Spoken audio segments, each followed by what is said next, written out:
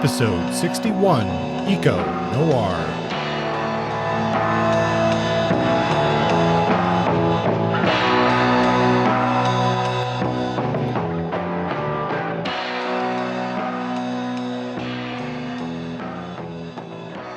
Hello, everybody, and welcome back to Point Blank. It's been quite a long time, actually, now that since Justin and I sat down to record. So we're coming at this again after quite a break, and I'm Kurt. He's Justin. How you doing, Justin? I'm doing well. It's nice to be back. I haven't used this microphone in a little while, and I haven't talked to human beings or my computer about books in a while. So this will be exciting, and this is an exciting topic because it's so hard to pinpoint exactly what we're going to be talking about. Yeah, and what is the topic for today? It's ecological noir, and this is something that I think we're going to debate a little bit about if this is even truly a subgenre of crime fiction, or is it its own little thing or whatever. We're going to get into that. Remember, we're not experts on this. We are readers who like to talk about books, and we're going to give it our best to see what we think about the idea of ecological noir. So before we get into that, Justin, is there anything you want to bring up or talk about? Not really.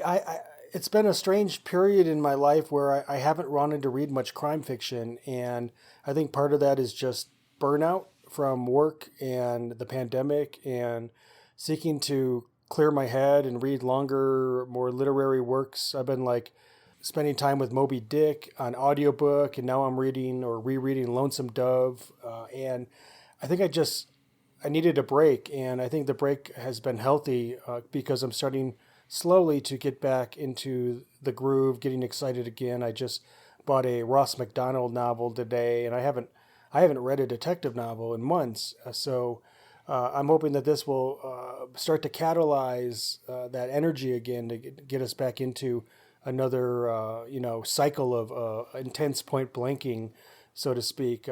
But we'll see, because our schedule gets a little weird. You're starting graduate school, and I'm heading toward tenure this year. So we're carrying heavy loads. So that's all I have right now. It's fall time in autumn, or fall time in Albuquerque, which is one of the best times to be in this town. And so I got that kind of vibe going too. The autumn leaves and the green chilies roasting and all that good stuff. So yeah, that's me in a nutshell. How are you doing, Kurt? And what kind of stuff are you have you been thinking about since our break? Well, it was great to have a break from the show, take a little break, and I think I really needed to reset myself as well. I was a little burnt out, not so much on crime fiction per se, but just my pace of reading. I needed a break, and I knew I needed to do that before I started grad school. So that's why we're taking a little time in between episodes here. And I had a nice trip. That was all great. I feel like my brain is reset and ready for the next thing, and you can ask me if I still agree with that in a few months, but right now it's ready to go. I have a question for you. I believe you spent a couple days in Iceland. Could you talk about the best food you had there and the worst? Well, I did take a little trip, and I was only in Iceland for, well, really 2 days, because we did one of those Icelandic air stopovers. I went to Denmark, so I was thinking Nordic noir the whole time. Was somebody creepy in a sweater going to materialize around it from behind an old building and, I don't know, try to murder me or tell me about murdered people 50 years ago. But that didn't happen. No, I had a very nice trip. No, it was the scenery was looming. I could see where that type of story would fit very well. But best food, probably Icelandic lamb. It was very good. Overall, of course, the seafood in both Iceland and Denmark was very good. Food quality in general, super. It was just a great trip. Awesome. Worst thing I ate, I had some sort of deep fried fish ball that looked really good, and it was not. Okay. Yes, but luckily there was something very delicious right around the corner to cleanse the palate. Very good. I haven't traveled in a while. I do look forward to it. I'm glad you were able to get out before school and go clear your head. So cheers to that. Yes, thank you. And hopefully it gave me a little bit of an insight into today's topic. So I don't know. We'll see. Yeah. I guess the next step is to maybe lay down some kind of definition about what we mean when we talk about ecological or eco-noir.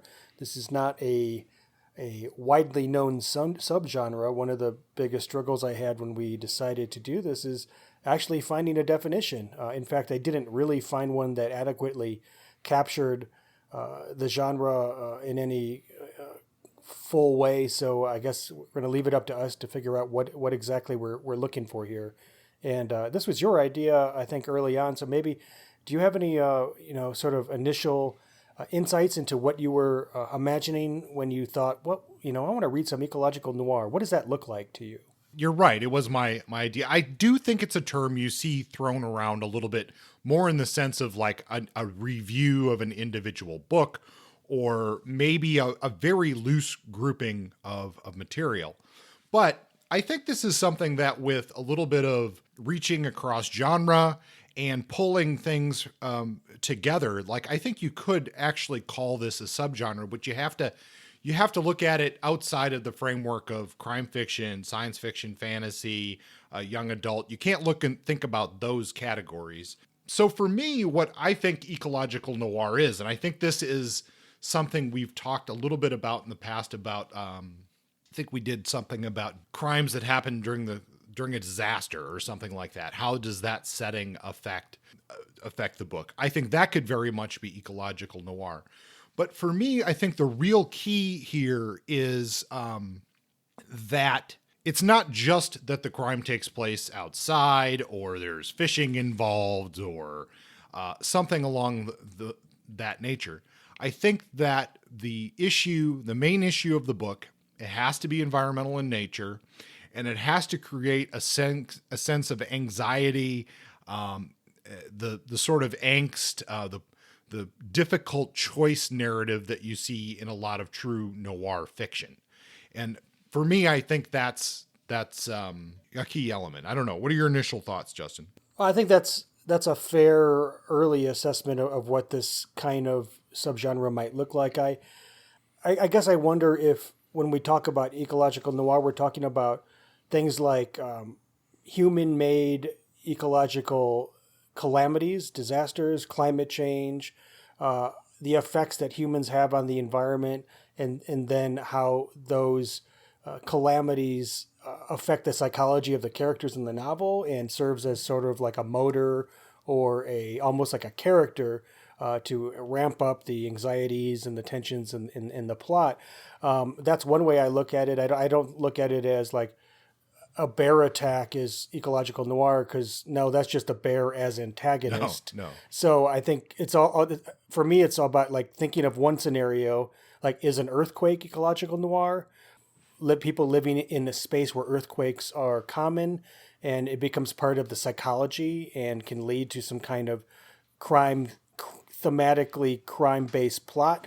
I don't know. I guess for me, I sort of take it on a case-by-case basis, but I do think of human caused or human inspired ecological calamity as being sort of like my primary, I don't know, litmus test for ecological noir, but maybe I'm being too specific. You raise a good point, something I was thinking about while addressing this. I think the other difficult thing with ecological noir is that, because what we think of as the environment, or environmentalism, if we're talking more of the pollution end of all of this, because society's perception of those things have changed over time, it's very difficult to also, in my mind, to say that, say it would be hard to take a book from, I don't know, the 1950s or something and look at it as an ecological noir. But I think if you look at in the context of how did society see nature in a given time frame, like, then I would sort of make the argument that ecological noir even goes back to, for lack of a better way to put it, the man or person against nature narrative. Because in that survival narrative, a lot of times a person has, the main character has made a poor choice or double crossed somebody or whatever. That's a common trope in that type of thing. Gets stuck somewhere and then has to survive against nature. But a lot of that stuff is what I'm thinking of when that was written. There was much more of a for at least with at least from a sort of European Americans, white American perspective, there was an antagonistic relationship with nature. Sure. And how that, how that shift in time, now what causes us anxiety from the environment is a different thing than it was in 1860. Sure. Western society's relationship, or Western civilization, to use that term that's fraught with complication, the relationship between Western civilization and nature, tied to biblical history and stories and fears of the wild and notions of the savage and all this racist shit. It's a very complicated topic to explore in retrospect, going back deep into the chronicles of literature and trying to deduce how we talked about nature. A lot of it was very, very different from how we talk about it now. And I mean, academics use an eco-critical or eco-criticism lens to go back and explore some of these texts to try to understand how people, thought about or spoke about nature as a way of better understanding sort of the psychological and cultural development of whatever society they're studying. So, I mean, I think this is a ripe topic to explore the evolution of what we might call ecological noir. Back in the day, it might just be like nature-themed stories that are also gothic. But now the ecological aspect can get very complex. And obviously, we've talked enough about noir to know what noir is or what it could be. So I think we've selected a few pieces of writing, a few novels that loosely capture aspects of what this subgenre could look like, and they're very different. Yeah, they're very there's a lot of range. Yes, yeah, for definitely a lot of range in this category, and I think that's why you have to really cast a very wide net to pull in examples of this. But we talked there a bit about the history, but I wanted to bring a little bit of this up to the contemporary, and that is, there's two things that I've noticed in the news recently that apply to this concept of what is ecological noir or a crime or noir novel based on this ecological issue. And that is, one, in the international courts, there's a big debate right now about making ecocide an international crime that you could be held accountable for. Now, I'm sure that that's proved to be a very difficult thing to quantify, but the fact that we're now looking at that as a potentially a crime worth an international court is kind of a big deal from even, I don't know, 30 years ago. Sure. And the other thing that I saw in the news is a study in Science, actually. And this is about the high levels of, and it's actually got the term eco-anxiety in 16 to 25-year-olds around the idea of climate change. That this is a big enough deal that kids are feeling anxious just because, not because from a specific disaster, but the looming larger issue of climate change. So to me, what that makes that's interesting in the sense of, well, how would that play into a fictional narrative, and of course, our case, a crime fictional narrative of how would that propel somebody through a storyline? And I find that pretty interesting and a place that could be rife for future work. Yeah, I agree. When I was doing research for this, I was trying to identify some seminal or key texts that might have illuminated ecological noir, and at least to me. And of course, I started to think about people like John D. MacDonald and Travis McGee. I thought about some of the weirdos down in Florida writing Florida noir that have this strong environmental current. James W. Hall is one of those. Randy Wayne White, and then I came across an article that suggested that Ross MacDonald is another one. Ross MacDonald, the writer of the Lou Archer series. So I downloaded the Underground Man today and started to listen to it on audiobook at like 3 times speed. It was pretty trippy.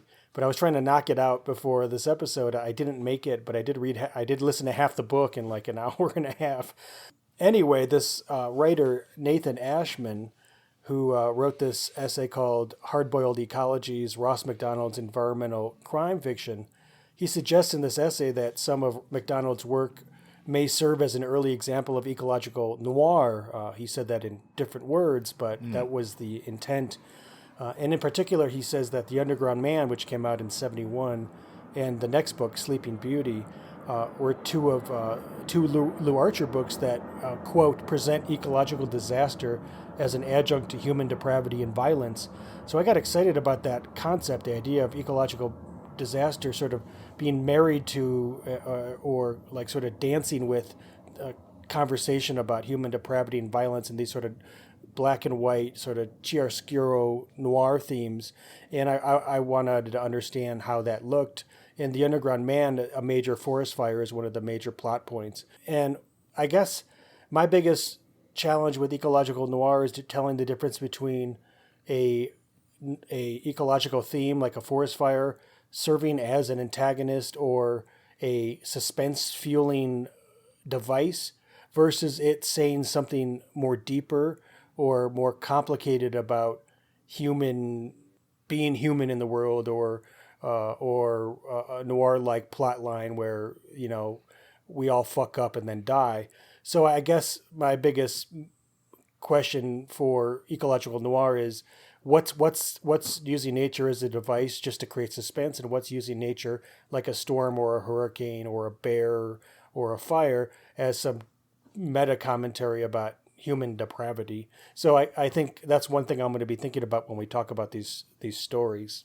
I think that's kind of why it's like a hard thing to put a definition on, because a lot of that could be very subjective. Very true. It's not like you can create a list and be like forest fire check. Yeah. And I would even say like, let's pick some. Let's say the fire was purposely started by loggers so that they could get access to cut the deadfall or whatever. Mm-hmm. I'm not sure that that narrative, even though there's like an environmentalist idea in there, I'm not sure that would make that eco-noir. Yeah. But it could be. I think this is a subgenre that we might come back to in the future as we read and try to narrow down what our definition is. Let's say that we're in the early stages of figuring it out, and the more we read, the more we can hone it. To do that, let's start looking at some of these books that we read for today. And like you said, we have a really nice cross section. Some of them we both read, and then there's a few that we just read on our own. So we're going to talk a little bit more about the ones that we both read. And that is The Monkey Wrench Gang by Edward Abbey and Animals by Will Staples.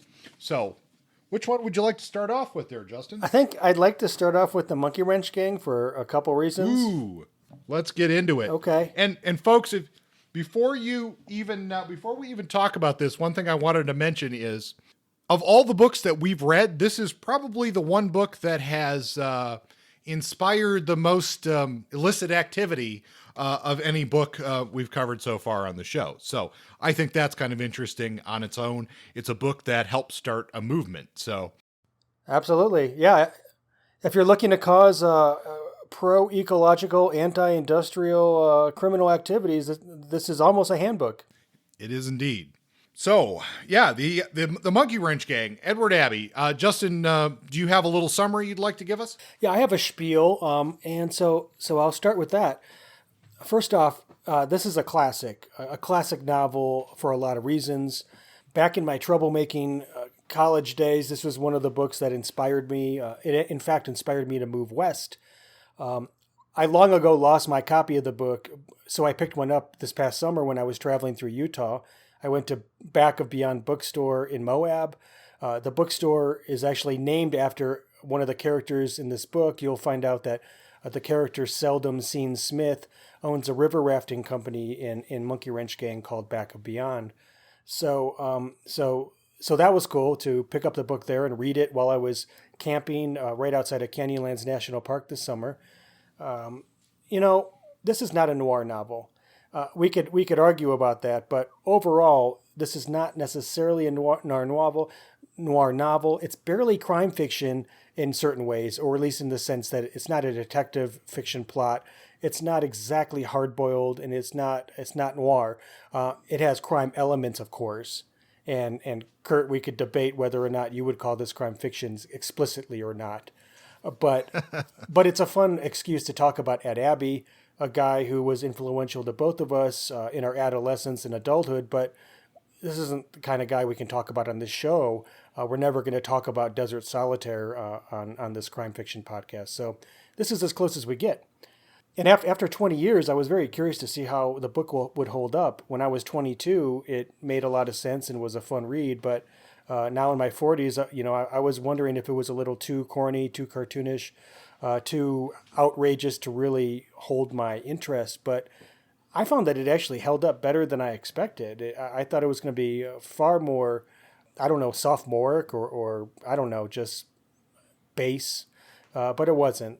Let me talk a little bit about the basic plot and then we can dive in. The basic premise of this story is that four characters come together as a gang of disparates. We have George Washington Hayduke, who's a Vietnam vet fresh home from the jungle, and furious that the desert he comes home to in the desert Southwest is being devastated by so-called progress. We have Doc Sarvis, who's a medical doctor in Albuquerque, who lives with his liberated New York girlfriend Bonnie Absug, and their pastime is chopping down billboards along Albuquerque highways. Seldom Seen Smith is a Jack Mormon and river runner with several wives in Utah. He runs this river rafting company called Back of Beyond. And essentially, we meet all four of these characters on one of these river rafting trips. They all come together and they meet and they have conversations. And during this river trip, they realize that they have something in common. Not much, but one thing. They all have a mutual hate for profit-driven desecration of wild spaces. And that's their common interest. And the rest of the novel is essentially them getting their vengeance on the insatiable machinery of capitalism and industrialism. So that's the premise. And Abby is setting us up for this because this is Abby's interest too. Abby was a unrepentant anarchist and troublemaker and writer, and he had a deep dislike for how industrial civilization encroaches and destroys wild spaces and arguably, native peoples, though Abby had some issues there with unexplored racism, but that's not the conversation or time for that. So essentially, they start blowing shit up, and things get incrementally more intense as they get more into their acts of sabotage. Hayduke wants to go nuts and start a war, essentially, whereas Doc Sarvis is a little more restrained. This book inspired Dave Foreman to found the radical environmental group Earth First in the 80s. This book popularized the concept of eco-warriors and ecological sabotage. Some argue that it's essentially a beginner's guide to ecological sabotage, and I wouldn't be surprised if Abby secretly hoped that that would be the case. But there's also a compelling story here of characters and ideas, and as the law starts to bear down on these four individuals who feel very righteous in their actions and beliefs, you start to feel the heat and you start to see the regrets pile up and the concerns and the fracturing of the unit as the heat comes to bear down on them and make their lives pretty difficult. So there's more to talk about, but I would love to hear how this book sat with you, Kurt, after 20 years of reading it, and did it hold up? Did you feel like it fits within the pantheon of crime fiction? First of all, did it hold up? Yes. Like you, I thought I was definitely reading this with a more critical eye. As you sort of mentioned, Abby does have some issues around some things. And I was going to be a little more careful reading him this time around than I was when I was first exposed to Monkey Wrench Gang. And there was some stuff there, but it wasn't nearly as bad as I had anticipated. And yeah, I think it held up. I think this time around I was drawn a little bit more to Abby's description of the lands, the canyon lands, the desert, that type of language. So as you mentioned, I'm going to argue that this is a crime novel, or could be considered a crime novel. I don't think that's the best way to market the thing, but if a heist novel about a group of burglars breaking into a bank and stealing something is a crime novel, then why isn't this a crime novel? And you could look at that from a number of different ways too, because the crime is more complex. Because I forget what the phrase is here, but we have actions that are technically illegal that some people are going to view as being ethically correct, and then questioning, well, is that really illegal? So it gets into those some of those higher level ideas as well. Sure. But we have a group of people pulling off illegal actions, hiding out in the wilderness, being in multiple chases, and somebody who has to make a sacrifice for the good of the group. I don't see how that's not a crime novel, and I don't know. Yeah. Maybe I'm completely wrong. No, you're probably right. I think my perception of this book is probably colored because I ethically agree with a lot of their philosophies, and I did when I was younger. So I think that has skewed my ideas. I'm like, it's not crime. They're doing ecological justice. They're doing good things. But I also know that we also can associate or affiliate or align ourselves with the guys robbing the banks who are desperate and are about to lose their farms, and still realize that it's still a crime novel and they're going to get busted by the law, and it's just an inevitable, almost noirish type of tale of the inevitable defeat of our protagonist. So I see that it is a crime novel. It's such a colorful and in so many ways lighthearted book that it doesn't have the oppressive tension of the crime novels we've been reading, which tend to be more noirish, and I think maybe that's why I feel like it. I have a hard time even calling it a crime novel. But you're right. I think it is. I think you're more accurate on this note than I am. Well, I mean, I'm also trying to pitch it hard here, but I could also see this being someone making an argument here that this is more of just a modern Western as well. There's definitely those kind of elements. And we've talked before about how certainly how some Westerns could be considered noir as well. But overall, I mean, I do think this book, I think it's fallen out of favor quite a bit than it was, when we were reading it. But I could see this getting a bit of a resurgence. Abby's writing is not always great, but overall, it's a very good novel, and it's entertaining. Regardless of what you think about the actions of the protagonist, it's still a good book. Yeah, I think it's filled with, overloaded with detailed descriptions that sometimes feel a little bloated, and yeah, sure, there's a lot of messaging in this book. There's this anti-industrial thing, there's this very pro-environment thing, but Abby isn't sermonizing. This is a fun book. I think he's having fun with the story. His characters are having fun. It's an enjoyable read. Like, I smile when I read it. It's not sort of a doom sermoning read, and it doesn't have the darkness of noir, but it's fun, it's enjoyable, and it's fairly well written. Somebody said that in a certain way, Abby captures some of the aspects of Travis McGee, John D. MacDonald's protagonist, in sort of a pulpy write-up of these characters. I'm not sure if I could make that argument myself, but somebody did, so chew on that, readers. But I wanted to say one more thing about Abby. He was never satisfied with his career as a fiction writer. He always dreamed of being this literary fiction superstar, and that never happened. Most of his best work was nonfiction. He wrote several novels prior to the Monkey Wrench Gang, including The Brave Cowboy, which got adapted for film as Lonely Are the Brave, starring Gregory Peck. So this was actually the only fiction novel of his that really hit the mainstream, and I guess he could say that he was satisfied with that. But overall, this novel, I wouldn't call it crime. He wasn't pulling from the tropes of crime fiction. I think when you mentioned Westerns, I thought of The Brave Cowboy. Most of Abby's fiction work did draw more from elements of the Western.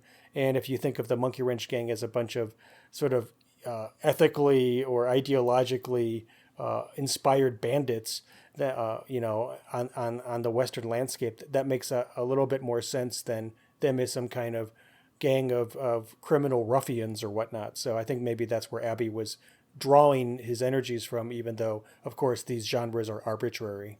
The other thing I should mention for the show too is I did read Fire on the Mountain by Edward Abbey, and I had thought that maybe that would fit under ecological noir, and it didn't. And I can see why that's I've read his nonfiction, but not his other fiction, and I didn't love that. I think this is kind of his, as far as fiction goes, this was his sort of one hit wonder on that. I think so too. Now we're going to move into something that just came out a few months ago, and that's Animals by Will Staples. Yeah, you brought this book to my attention, and I'm glad you did. I read the Kindle version of this novel, and it came out by Blackstone Publishing, at least the Kindle version. So, Animals by Will Staples, this is a crime fiction novel about animal trafficking. As one of the characters in the novel says, animal trafficking is the second most profitable black market activity outside of drugs. So this is a ripe area for a noir interpretation. And Will Staples does it well here. Staples himself, I didn't know who he was prior to this book. He has a background in screenwriting, and it's clear to me that he has envisioned this novel as a potential film. I don't know if it's been bought up or not, but I can see that happening. This novel is not a spruced up screenplay, though. It isn't skeletal like Graham Greene's The Third Man, which is a great book, but it's pretty slim. This is a pretty well-developed, complex, thick, detailed noir novel. It's richly written and descriptive. Staples is interesting because he didn't just Wikipedia and Google his understanding or his way toward writing this book on animal trafficking. He immersed himself in the culture. He traveled the world, met these people, engaged in a variety of activities and antics that made him feel like he could really understand animal trafficking inside and out. I imagine some of that was pretty frickin' tricky and complicated. As he notes, the story is fiction, but much of it, the locations, the plot points, and the players are rooted in people he actually met and shit he actually saw. So that's pretty commendable. Even if the book sucked, I would say that's a pretty cool thing he did, and it's worthy of at least giving it a read. But the book doesn't suck. It's richly written. All of the players in the world of animal trafficking, including the poachers, the idealistic forest preserve rangers, the Chinese mafiosos, and the CIA operatives who see animal trafficking as essentially a fundraising activity for terrorist groups outside of the U.S. All of them are fairly interesting characters and well developed. You run into some stock characters because there's so many characters, but I didn't feel like Staples deliberately or lazily gave short shrift to any particular group who's a player in this whole trafficking realm. One other thing I'll say about it, I was afraid at first that it was going to be Staples being all holier than thou and pedantic, telling us how bad animal trafficking is, and essentially having this be like a giant PSA announcement about how we could help. But he got past that. At first, it was a little bit like that, but this actually is an engaging, complicated crime story with characters that I root for and characters that I don't want to see suffer. And Staples, for me, manages to mostly walk that line of avoiding getting too preachy. There's a lot of tension, there's a lot of character, and the more I read, the more I liked it. So I got more comfortable with his style and with the themes of the story as the novel progressed. But I know that I'm sure there are people who might think the opposite, and I was wondering, Kurt, what did you think of this book? Is this ecological noir to you, and do you feel like Staples walked that line between preachy, message-oriented writing and telling a good yarn? Well, I do think this is very much ecological noir. I think this is a good modern example of what, at least in my mind, I'm talking about when I say ecological noir. Like you, I have very similar experience. In the first few chapters, I'm like, uh-oh, I hope this isn't just going to be, like you said, one big...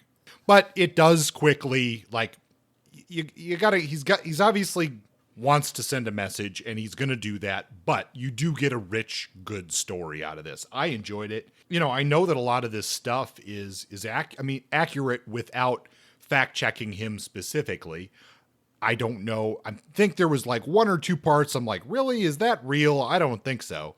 But he claims that, the bulk of this is factual, and that this should be looked at in a way that it's almost journalistic. It's just he couldn't like put that together as a fact check journalistic article, which should maybe throw up some red flags, but it's still good. And to me, this has a lot of similarities with what we saw a little bit in Nordic noir, where the author does want to teach you something about the system that you're dealing with in the book. And he very much accomplishes that goal.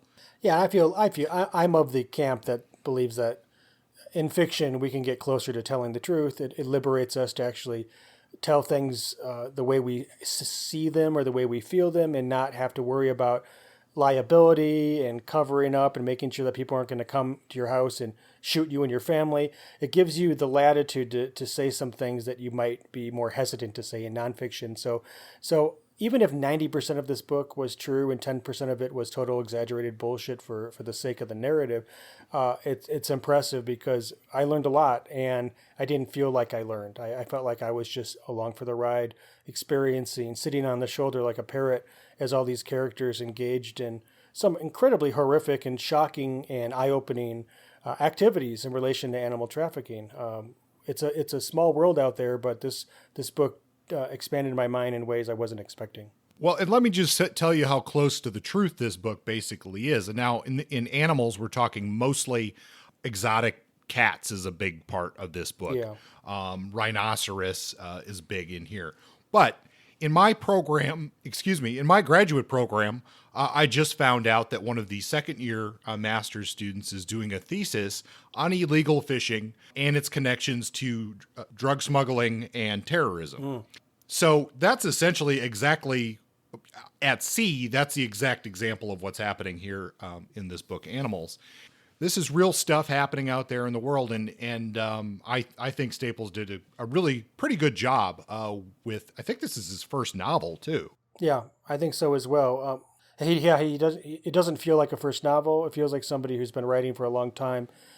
It does get a little dense and maybe a little bit overwritten at times, but it didn't tear me away from the book in any way. So that's good. I think that for those who are queasy or who have weak stomachs in terms of handling animal abuse, and violence to animals, and generally neglect or seeing animals as merely objects for profit, or for magic or whatever it is that we use animals for, not giving them, not treating them as complex creatures.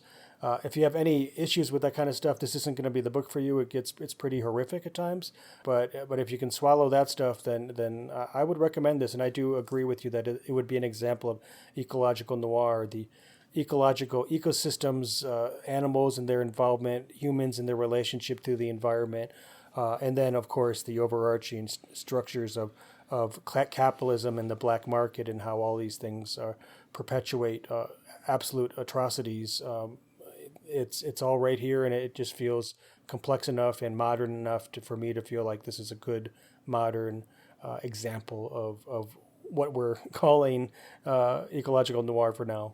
These are the two books we kind of wanted to spend the most amount of time with. Now we're going to do a couple of little more rapid fire reviews on a few more books. And I think the big question that we want to answer after we've told you about the book is, does this feel like ecological noir? Does it fit?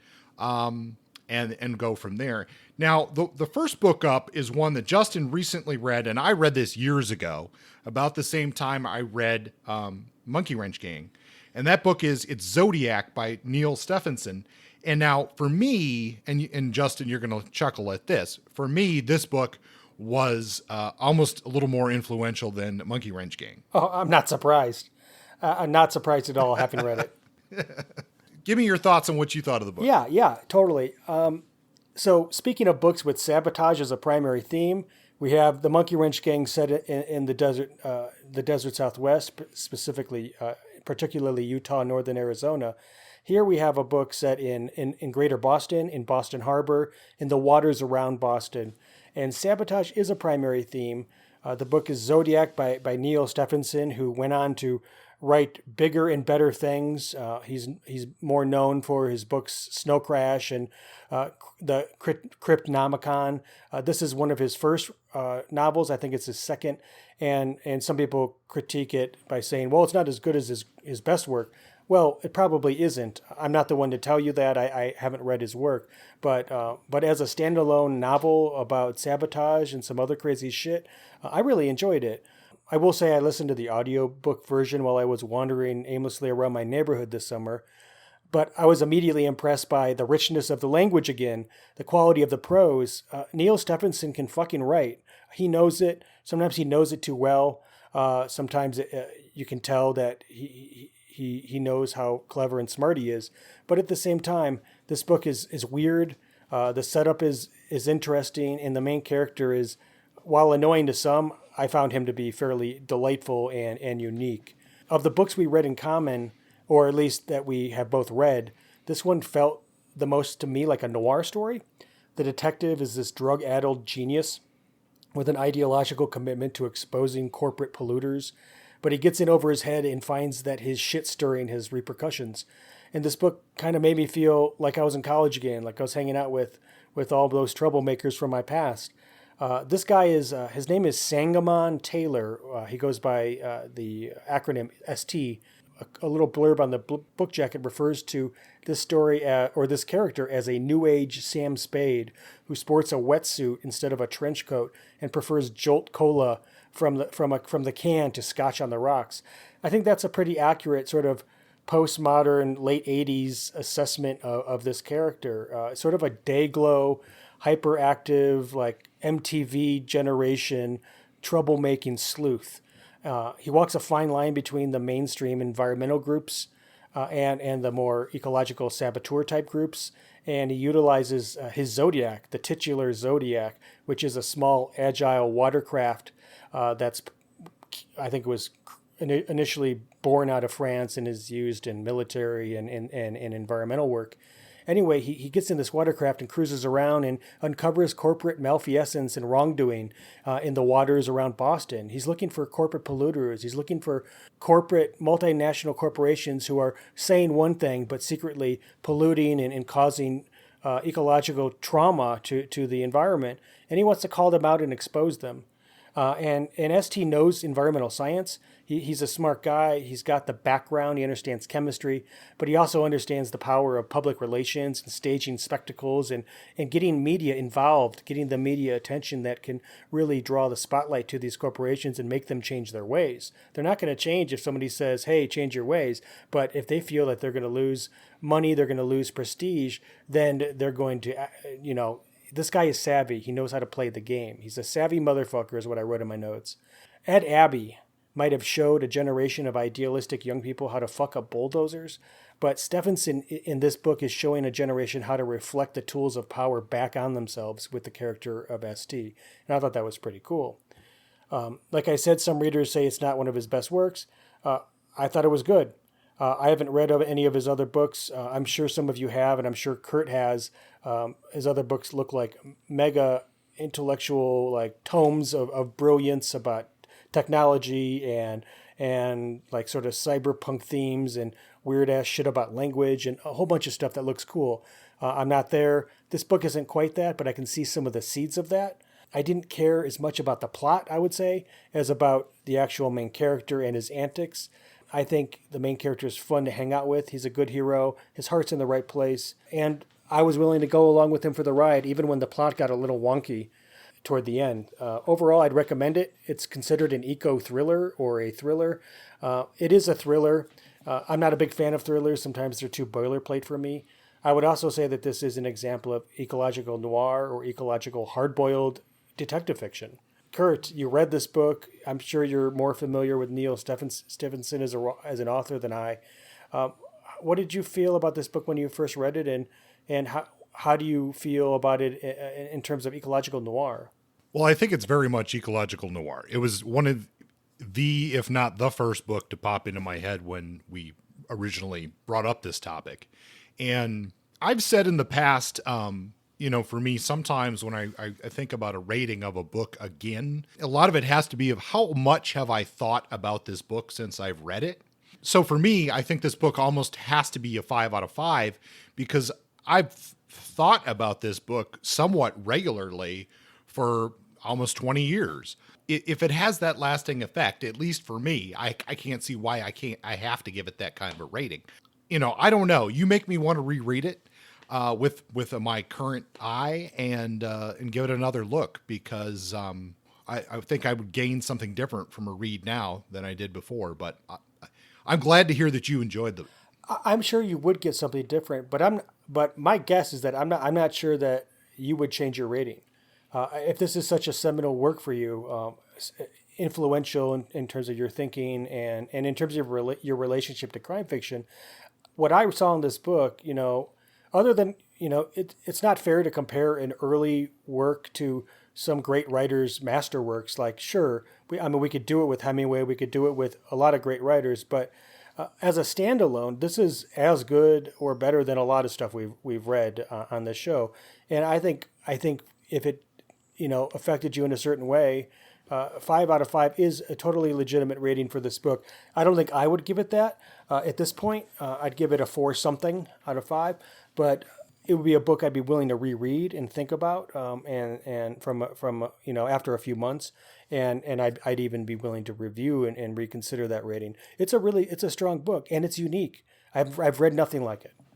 Yeah, and that's something I think you'll definitely see with Stephenson. That anything he writes, you're not going to really read anything else like it. So Yeah.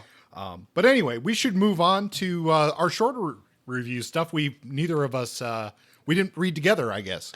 Yeah. I think you have a few more here than I think I have just one to share. So why don't you start us off? Okay. Well, I just have 2, so I'm going to keep this pretty quick. This first one is a series, and this is definitely, I think, ecological noir. I'm going to read the blurb here that should explain that in just a second.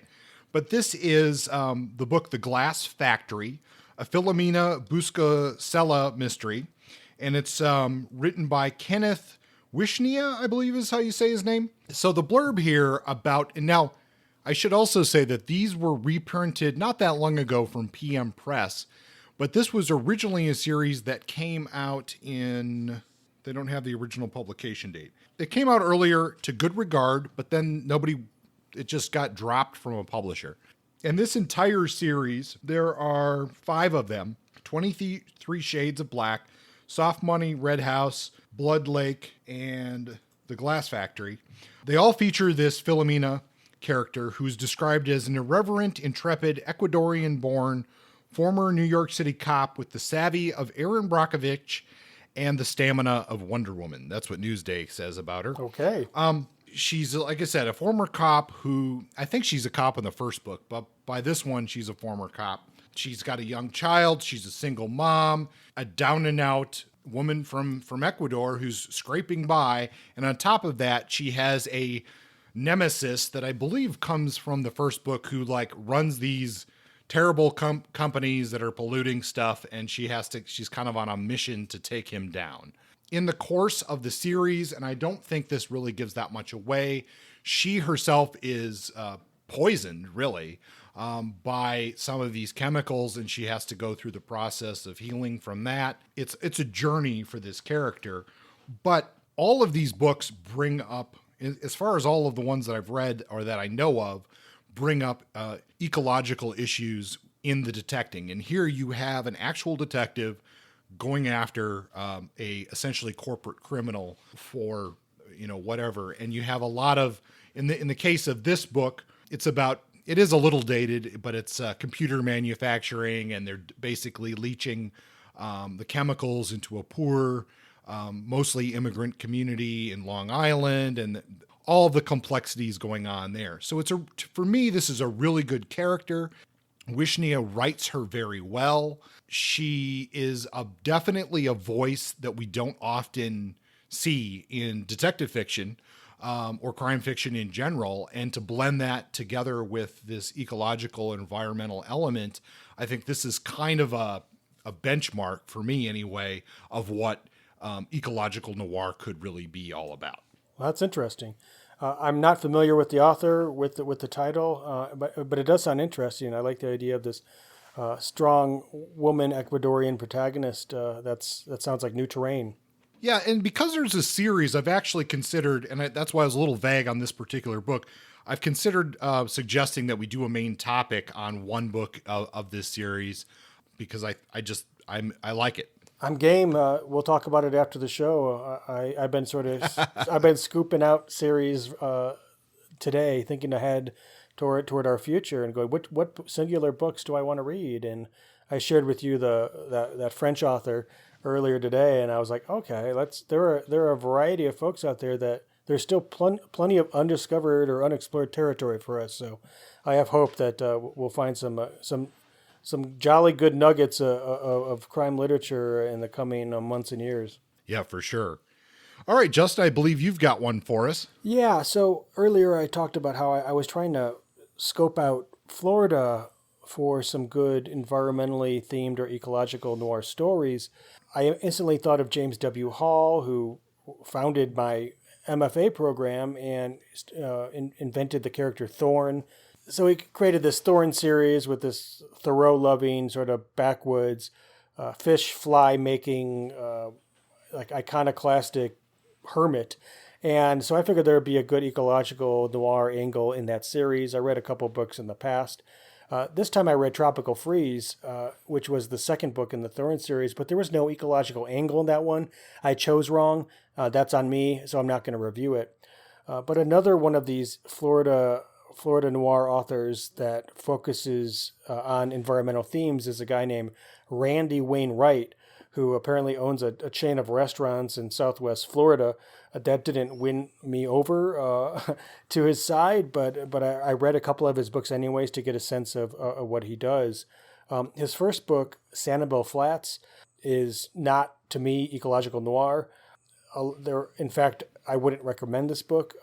I think it's pretty corny, not very good.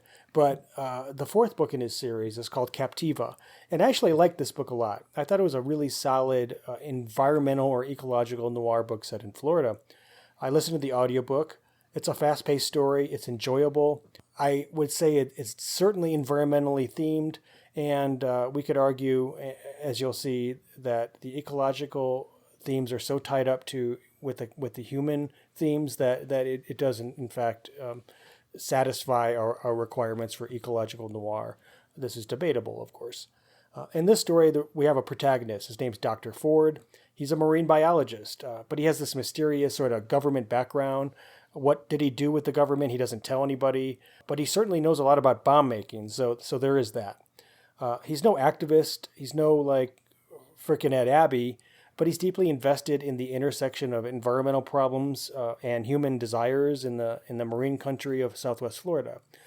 In this novel, the issue is fishing nets.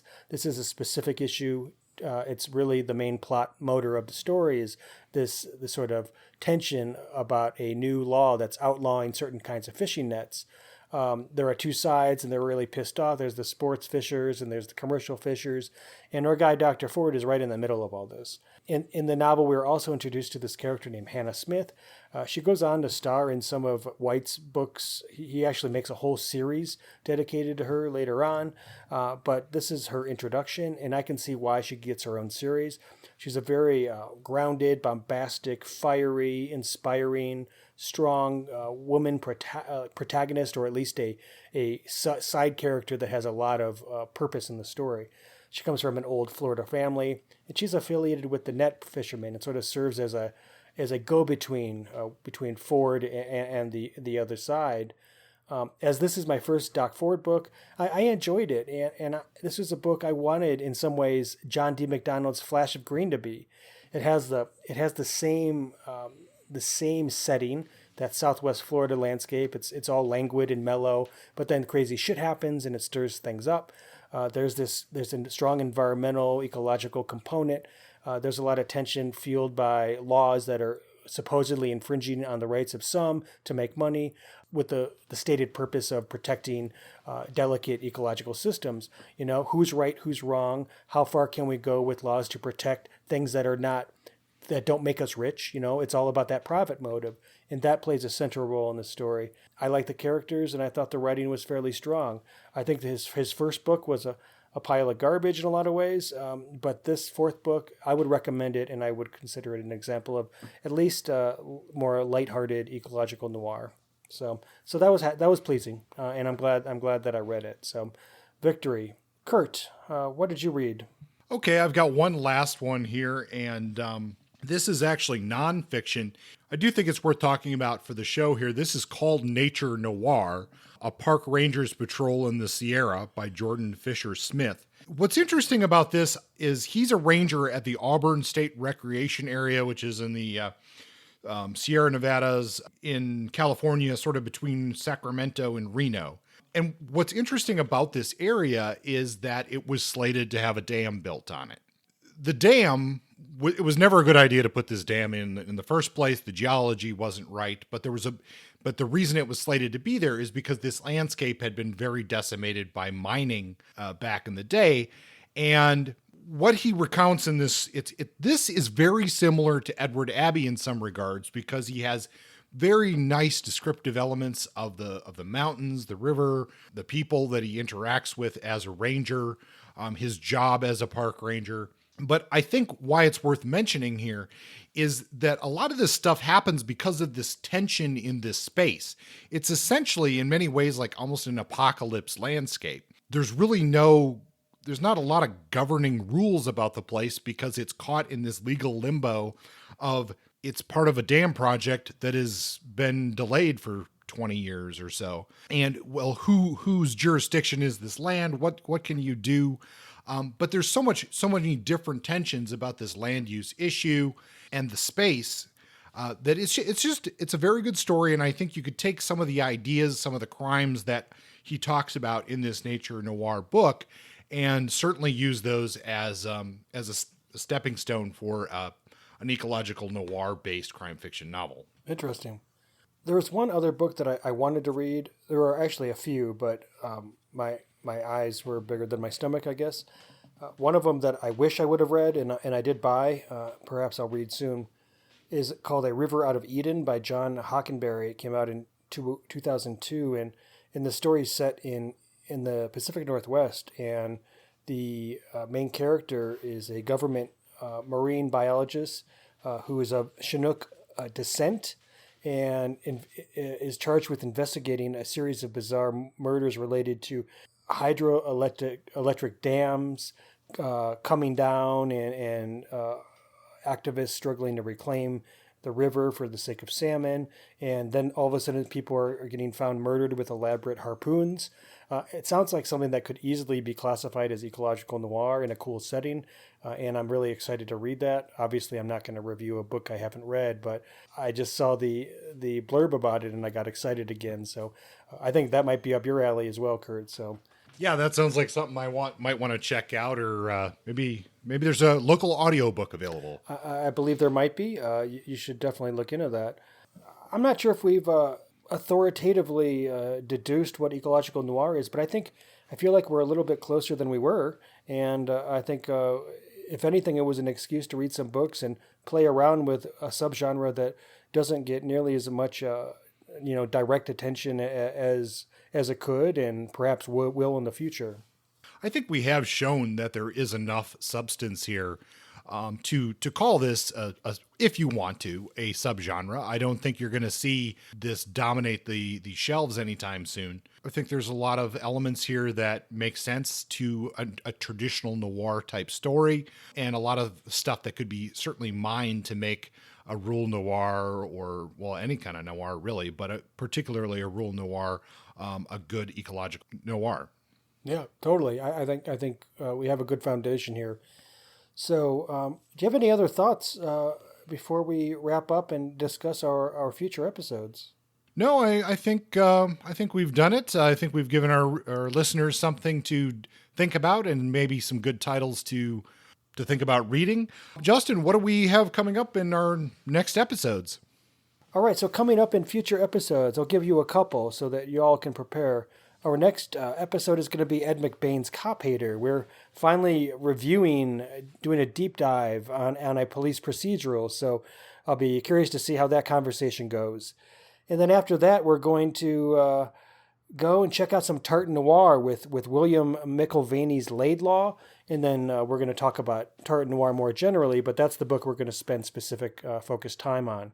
So if either of those books appeal to you, make sure you pick them up and read them. They're both fairly short, quick reads. So there's that. Kurt, how do folks contact us? The best way to get in touch with us is probably through email. It's pointblanknoir@gmail.com. We would love to see you join our Facebook group. We have both a page for the show, like a main page, and then we have a listeners sort of group that you can join as well. Pretty light traffic there, but if you want to discuss shows with other listeners, that's probably the best place to go. So I think with that, it's goodbye for now. Yeah, it was good chatting with you again, Kurt. I hope we didn't lose all our audience during our 2-month vacation, but we're back and we got a good lineup for you folks. So reach out to us if you have any thoughts or ideas. But otherwise, until next time, take care, folks.